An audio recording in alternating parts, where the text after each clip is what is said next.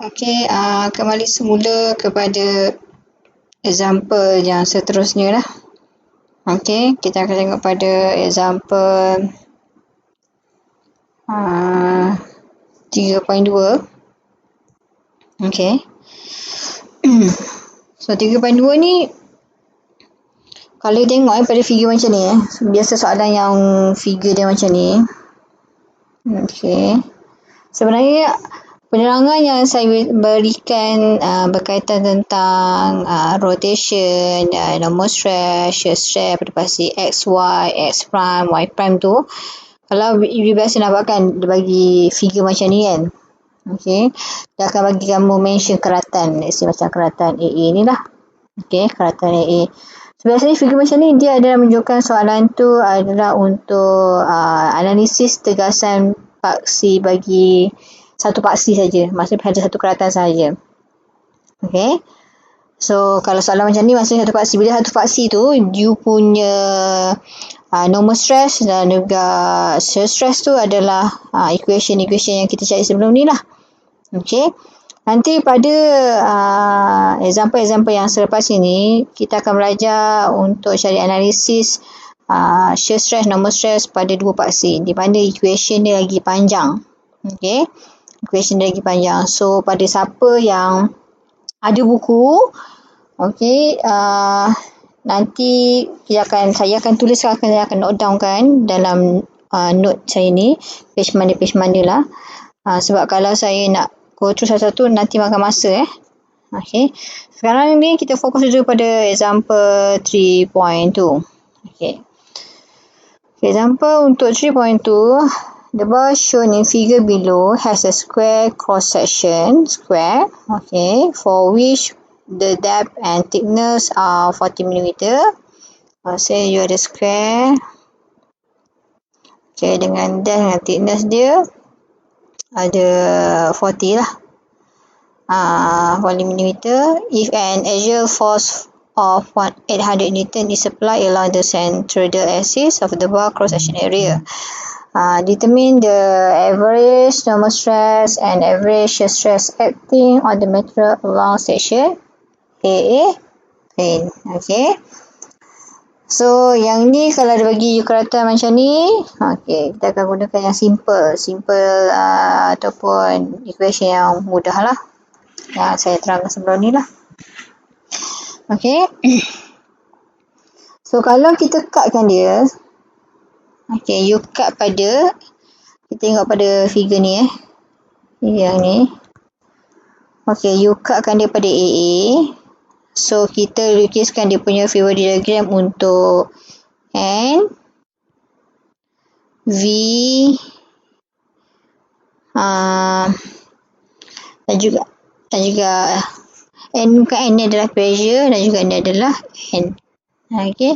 Kenapa N ni ke bawah? Sebab keratan dia macam ni. Sebelum ni contoh yang saya bagikan, keratan dia adalah yang macam ni kan. Okay. Tapi yang ni keratan dia adalah yang macam ini. Okay. So, confirm lah N ni mesti bersifat, dia adalah normal, macam normal force lah. Bersifat perpendicular kepada SATA. So, you punya video adalah macam ni. Ke atas. Okay. So, sebenarnya dia punya, you punya V ataupun shear kamu tu akan try tu sekolah macam counterclockwise lah. Okay. Dia akan try macam tu. So, sekarang ni dia bagi sudutnya adalah 60. Okay, 60. So, ini 60. So, ini 60. So, ini akan jadi 90. Sini 30. So, kalau sini 30, confirm pun yang dia akan jadi 60. Okay, akan jadi 60. So, sekarang ni, you try transformkan dia kepada yang bahagian inilah. Sebenarnya akan jadi 30. Okay. So, daripada figure ni, kita akan carikan nilai N dengan V tu. Kita boleh gunakan yang contoh-contoh sebelum ni. Sebab contoh sebelum ni, dia punya cut section dia, analisis kita adalah pada yang macam ini. Sekarang you punya incline plane tu dah berubah kedudukan. Okey, kedudukan dia Macam ni lah. Bukan dia macam ni dah. Okay. So, you kena buat equation yang baru berdasarkan penjumlahan daya pada pasti X dan juga penjumlahan daya pada pasti Y. Okay. Cuma kalau you gunakan equation yang ni, dia akan jadi panjang lah sebab pada penjumlahan daya pada pasti X, you akan ada dua unknown, iaitu N dan juga V. Okay. Sama juga dengan pada pasti Y, you akan ada dua unknown, akan ada V, akan ada N. So, leceh sikit lah kalau kita buat leraian daya tu pada pasti X dan juga Y. So, kita better gunakan leraian daya pada pasti X prime dan juga Y prime. Di mana end up you akan ada satu unknown pada setiap equation. So, you boleh solvekan lah. Daripada equation yang ni, you boleh solvekan dapat nilai N dan juga V. Okay. N dan juga V. So, bila dapat N dan juga V, okay, kita bercarikanlah dia punya stress lah. Okay. Dia punya stress. Iaitu M bagikan dengan A. So, masukkanlah nilai N dan juga nilai A untuk dapatkan nilai sigma. Okay. Sebab soalan ni dia tak cakap kenapa you tak gunakan mesti dia akan tanya, puan kenapa dia tak gunakan sigma X prime ataupun Y prime.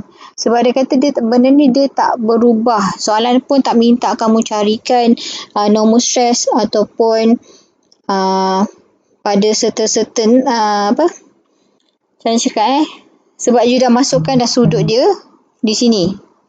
Okay, bila masukkan sudut di sini, dia akan jadi macam equation ni lah. So, tinggal masukkan je nilai N dan juga V untuk dapatkannya sigma lah. Okay.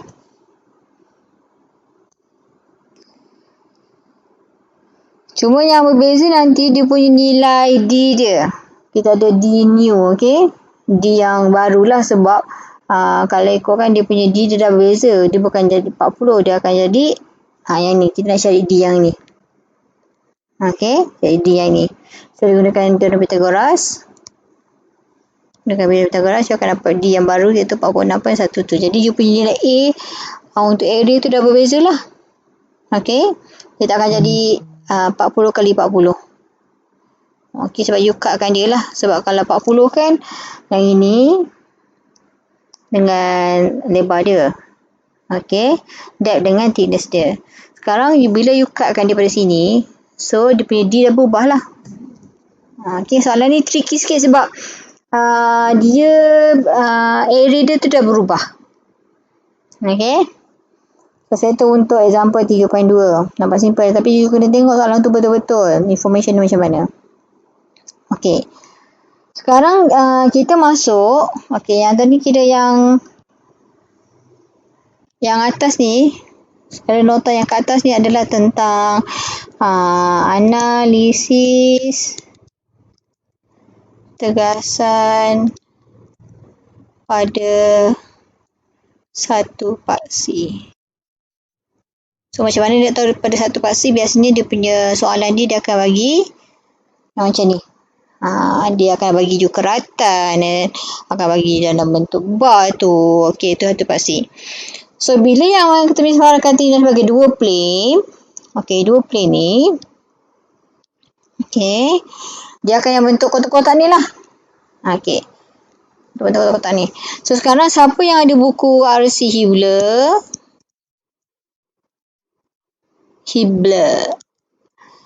Tengok pada page. Okey, tengok pada page. Mana?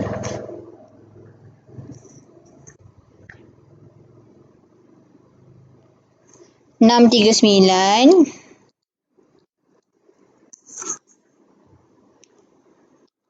640.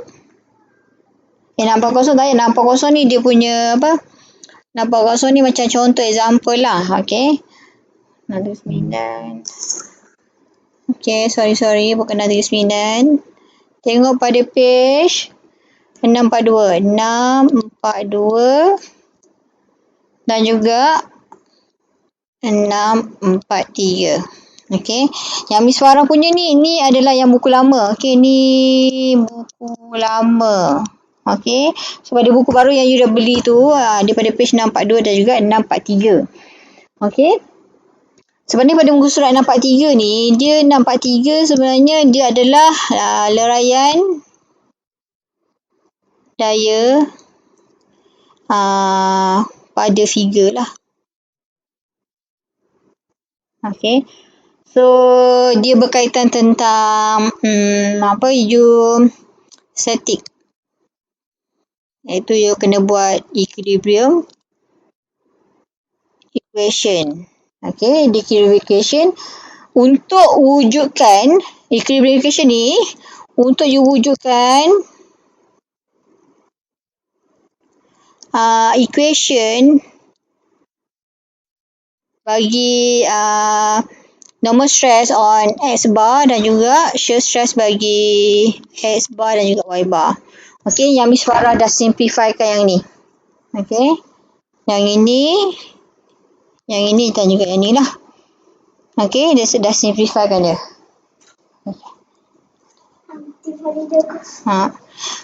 Okey, yang dah simplifikan.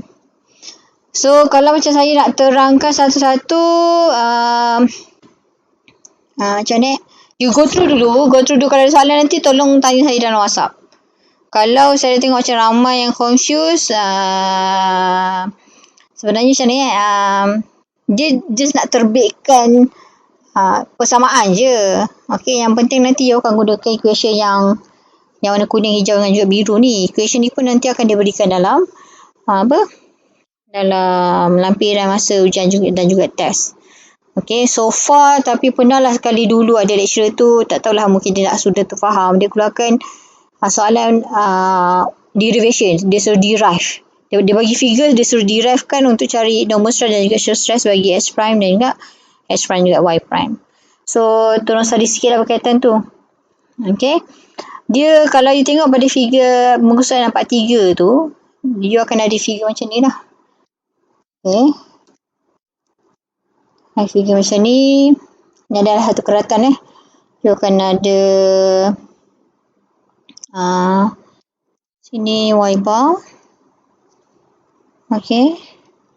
Sini akan ada X bar. Sini you akan ada shear stress. You akan ada normal stress. Shear stress juga dengan normal stress. Yang ini. Dan juga akan ada daya lah. Normal stress pada X bar. Okay, pada X bar.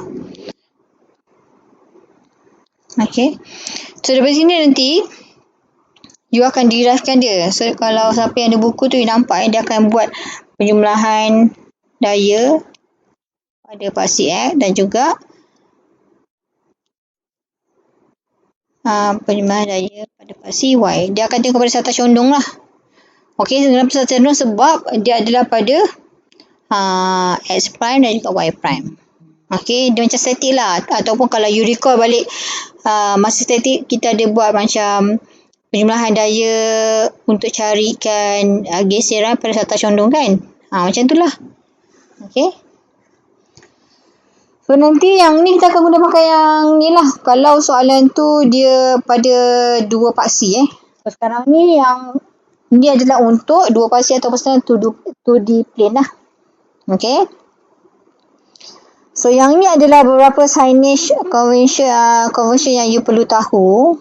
Saya dah terangkan juga sebelum ni kan. So, kalau dia punya clockwise, dia mesti negatif. Contour clockwise mesti positif. Okay. So, tengok jugalah kalau dia bagi you figure macam ni sekarang. Kalau kita tengok yang ni.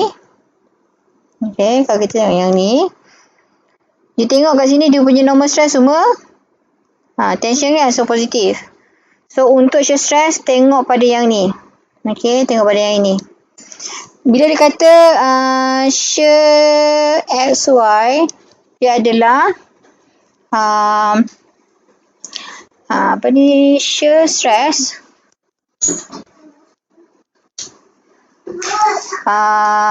pada x-axis yang kita lihat dari y axis. Okay. So, sama nanti kalau untuk 2D pun nanti pun ada juga rotation lah. Cuma biasanya dia akan bagi kamu soalan yang bentuknya macam segi empat ni. Cuma you kena tahu baca. Kalau dia punya compression tu positif ke, tension tu negatif ke apa ke, tu kena pandai baca. Dia tak akan cakap kamu adalah ni apa, negatif ke tak.